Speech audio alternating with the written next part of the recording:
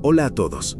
Antes de empezar, me gustaría invitarlos a darle me gusta y suscribirse al canal.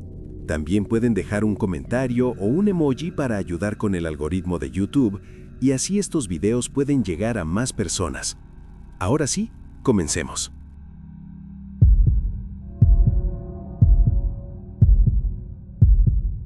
Mi familia y yo somos probablemente los más escépticos del mundo. Por eso no puedo explicar lo que pasó ese día. Bajé las escaleras y mi hermano estaba en la cocina.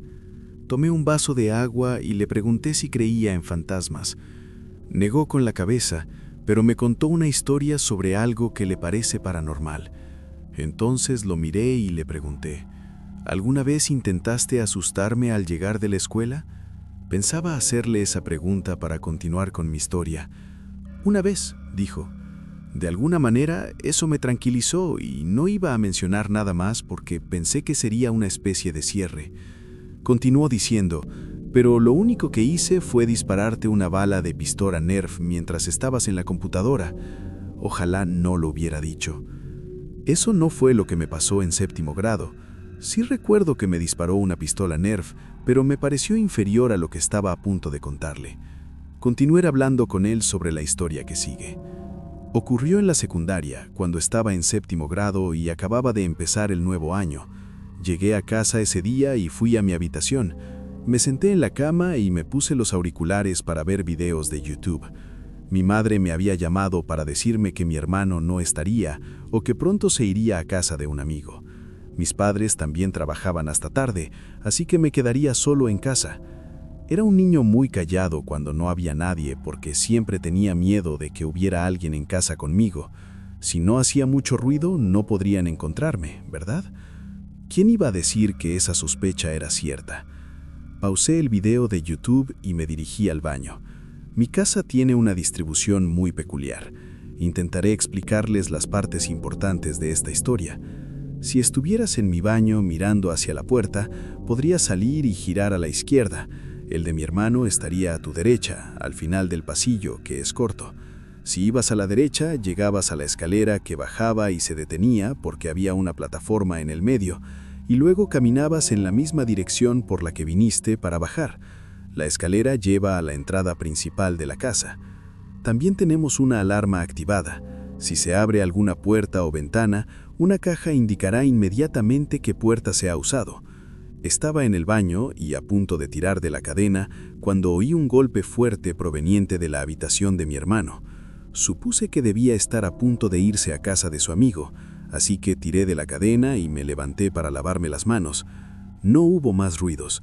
La casa se sentía en silencio, pero sentí que me escuchaban. Cerré el lavabo y me acerqué a la puerta del baño para cerrarla con llave.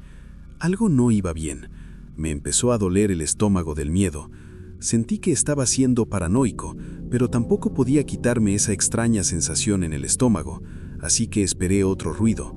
No llevaba el teléfono encima, así que no pude escribirle a mi hermano. Entonces oí una conversación, que sin duda venía de la habitación de mi hermano, pero no era mi hermano quien hablaba, y no podía ser mi padre. El murmullo era profundo y bajo, me dio escalofríos. Supe que era una voz, pero no entendía lo que decía. Entonces oí un golpeteo lento que empezó a acercarse. Salió de la habitación de mi hermano y se dirigió a la puerta del baño. Se detuvo en seco justo en la puerta. Me aparté de la puerta cerca de la ventana, con la esperanza de que si entraba a la fuerza, pudiera encontrar una manera de salir. No podía pelear con quien quiera que fuera, ya que era un estudiante débil de séptimo grado, así que eso era imposible. Me tapé la boca para no respirar fuerte por si no sabían que estaba en el baño.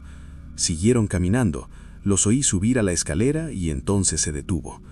Oí un fuerte golpe proveniente de lo que creí que era la plataforma central de la escalera y luego de nuevo al final. Entonces el murmullo cesó y los fuertes golpes llegaron hasta la puerta.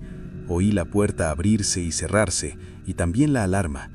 No sabía si era seguro, así que me dirigí a la puerta y apoyé la mano en el pomo, todavía tapándome la boca. A mi izquierda, hacia el suelo, había un conducto de ropa sucia que conducía a nuestro lavadero. Si alguien llegara desde la planta baja al lavadero, tardaría más de 30 segundos. Pero unos 10 segundos después de que la puerta se abriera y se cerrara, un golpeteo brutal golpeó la pequeña puerta del conducto de ropa sucia. Me quedé allí parado, asombrado, sin saber qué hacer. Sonó como si alguien hubiera tomado la punta de una escoba y la hubiera alcanzado para apuñalar la puerta. Observé cómo los golpes de la puerta hacían vibrar la pequeña puerta del conducto de ropa sucia, esperando que no se abriera de golpe. Entonces terminó. Esperé en el baño durante lo que me pareció una eternidad y luego sigilosamente subí a mi habitación para llamar a mis padres. Nadie contestó, así que esperé a que llegaran y sujeté la manija de la puerta para asegurarme de que nadie pudiera entrar, ya que no tenía cerradura. Cuando mis padres llegaron, no me creyeron. Poco después llegó mi hermano, y él también dudó de mí. Contarle esto de nuevo a mi hermano lo dejó boquiabierto. Siguió contándome que solía oír cosas que salían del ático y que se abrían en su habitación.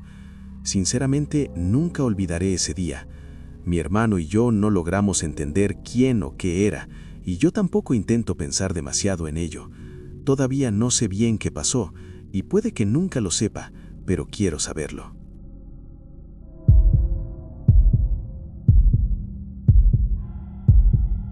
Me llamo María. Tenía 16 años por aquel entonces y vivía con mi madre en un apartamento destartalado. En ese barrio siempre había gente sospechosa. Solía dar miedo caminar sola de noche, un apartamento pequeño y vecinos espeluznantes. No me quedo corta. Nuestro apartamento era el penúltimo de un pasillo en el 7º piso, y nuestro vecino, el dueño del último apartamento del pasillo, parecía estar siempre sentado en la puerta. Siempre se aseguraba de mirarme cuando entraba, incluso cuando estaba con mi madre. Mi madre me dijo que me alejara de ese hombre. Nunca supimos ni siquiera su nombre. Era un hombre de unos 60 años, con muy poco pelo, pero el que le quedaba era canoso. Siempre tenía la misma expresión impasible cuando me miraba, y un día empezó todo. Cada vez que lo veía en el pasillo, me saludaba, pero me llamaba por mi nombre para hacerlo aún más inquietante. No estaba muy segura de cómo sabía mi nombre, pero nunca pregunté. Una noche, mi madre trabajaba en el turno nocturno, así que me quedaba sola en casa toda la noche. Llegué como a las 9 de la noche y el vecino estaba, como siempre, sentado en la escalera, como si no tuviera nada que hacer. Al abrir la puerta, esta vez, en lugar de saludarme, me preguntó si mi madre trabajaba esa noche. Aquí es donde miro hacia atrás y me avergüenzo de mi propia estupidez, porque asentí con la cabeza como una tonta. No dijo nada más después de eso, solo asintió lentamente. Yo tampoco dije nada más, simplemente entré y cerré la puerta. Ya había tenido suficiente por una noche. Básicamente, después de llegar a casa, me lavé un poco, comí algo, lavé la ropa y me duché. Mientras me duchaba, oí un ruido extraño y retumbante. Era un ruido bastante preocupante, pero ni siquiera podía empezar a intentar identificar qué podía ser. Salí de la ducha después de oírlo porque me preocupaba que alguien pudiera haber estado en el apartamento. Oí un ruido similar fuera del baño. Parecía venir de mi habitación. Me puse la ropa que tenía en el baño y registré toda la habitación. No pude encontrar a nadie, pero mientras registraba mi habitación, vi un agujero diminuto en la pared. Me acerqué para palparlo y mirarlo. Luego me arrodillé para mirar por él, y cuando vi lo que había al otro lado, caí de espaldas del susto. Era el ojo de alguien. Alguien estaba mirando por ese agujero desde el otro lado. Entonces me di cuenta que esa pared separaba nuestro apartamento del apartamento del vecino espeluznante. Entonces, de repente, comprendí que debía de ser ese sonido que oí en el baño. Corrí de vuelta a la ducha y palpé toda la pared hasta que encontré otro agujero del mismo tamaño que el de mi habitación. El vecino había hecho esos 2 agujeros, quizás incluso más, para espiarme. Llamé a mi madre y se lo conté, y mientras hablaba por el teléfono con ella, llamaron a la puerta del apartamento. Era el vecino, y no paraba de gritar: «Abre la puerta ahora mismo. Yo no hice esos agujeros». Mi madre se asustó y me dijo que llamara a la policía y que intentaría llegar a casa lo antes posible. Una cosa buena de ese barrio es que la policía responde rápido, y en menos de 5 minutos llegaron a la puerta de mi apartamento. Mi madre llegó a casa media hora después. Presentó cargos por acoso, invasión a la privacidad y daños a la propiedad. El edificio de apartamentos también desalojó al hombre y reparó los agujeros a expensas suyas.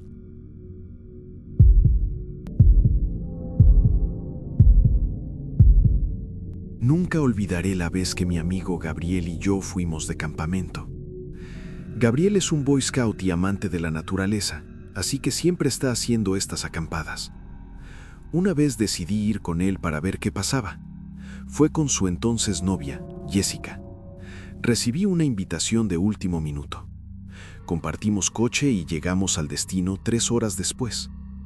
Gabriel no cree en ir a campamentos porque no se vive la verdadera experiencia de acampar cuando estás rodeado de gente, así que nos llevó a un sendero de tierra al azar que salía de un camino sin salida que parecía conocer. Condujo por este camino de tierra en el bosque durante un par de minutos hasta que pareció estar contento con el lugar. Luego aparcó el coche. Era un lugar tan discreto para parar que al principio ni siquiera me di cuenta de que estábamos allí. Gabriel descargó el maletero. La mayoría de las cosas que llevamos consistían en tiendas de campaña, sacos de dormir, comida, papel higiénico y equipo de primeros auxilios. Gabriel dijo que solía empacar mucho menos, pero que estaba haciendo que este viaje fuera fácil para Jessica y para mí, fuera lo que fuera que eso significara. Una vez que encontramos un buen lugar para acampar, Gabriel básicamente nos asignó tareas. Montar una tienda de campaña era algo que yo sabía hacer, así que Gabriel me dijo que montara las dos. Jessica se quedó conmigo y me ayudó con las tiendas mientras desempacaba algunas provisiones. Gabriel salió a buscar leña seca. Volvía de vez en cuando con un par de trozos de leña. Anocheció antes de lo esperado. Por suerte, Gabriel ya había recogido suficiente leña para encender una buena fogata y las tiendas estaban montadas. Nos sentamos junto al fuego, bebiendo y recordando viejos recuerdos, la mayoría de los cuales Jessica no estaba presente. Imagino que se cansó de oír nuestras historias sin sentido de borrachos porque se fue a su tienda antes que nosotros. Así que Gabriel y yo nos quedamos despiertos un rato más, ahora un poco más callados y conteniendo las risas al mínimo por cortesía a Jessica. Terminé mi última cerveza y para entonces ya me sentía bien.